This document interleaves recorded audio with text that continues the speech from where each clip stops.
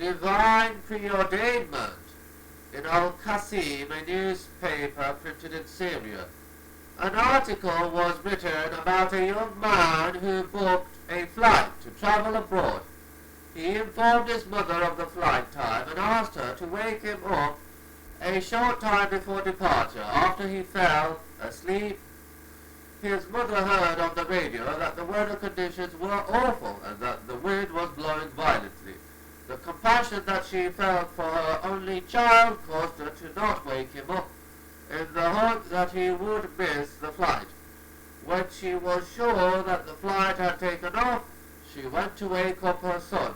Upon entering his room, she found that he was lying dead on his bed. Say to them, verily, the death from which you flee will surely meet you. Then you will be sent back to Allah, the all-knower of the unseen and the seen, and He will tell you what you used to do.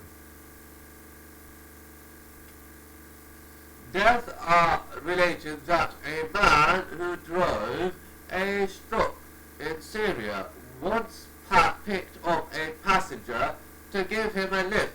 The passenger sat in the back where there was neither roof nor cover. There was, however, a coffin that had been prepared for burial. It started to rain, and the man, noticing that it was a large coffin, decided to seek shelter inside of it. Another passenger came onto the truck, and he also made his way to the back. He happened to choose a seat beside the coffin while it continued to rain. The second passenger thought that he was alone in the truck. Without warning, the first passenger stuck his hand out of the coffin to see if the rain had subsided.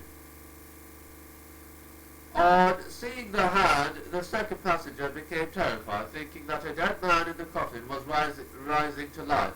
From the sheer terror and shock of the moment, the man stumbled backwards, fell out of the truck, and smashed his head on the pavement, dying instantaneously. This unexpected way of dying is how Allah had written for this man to die. Everything happens according to a divine decree, and in the deaths of the others are morals and lessons. It is incumbent upon everyone to realize that death is hovering above us. At any moment, day or night, death can come. Ali, may Allah be pleased with him, expressed in lucid terms the reality of our life. The hereafter is travelling towards us, and this life is travelling away from us. So be from the children of the hereafter, and not from the children of this world. For today is action without reckoning, judgment, and tomorrow is reckoning without action.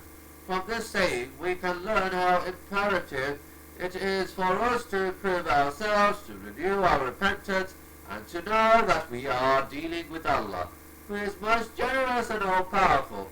Death does not ask a person for permission prior to arrival, nor does it give one an early warning about its being on its way. No person knows what he will earn tomorrow, and no person knows in what land he will die. An appointment to you is for a day which you cannot put back for an hour, or a moment nor put forward. Related another story that equally illustrates the unexpectedness of death. A bus full of people was moving when the driver suddenly pressed on the brakes. The passenger asked him what was wrong. He said, "I am stopping for this old man who is waiting so that he can get on the bus." They all said in wonder, "We do not see anyone."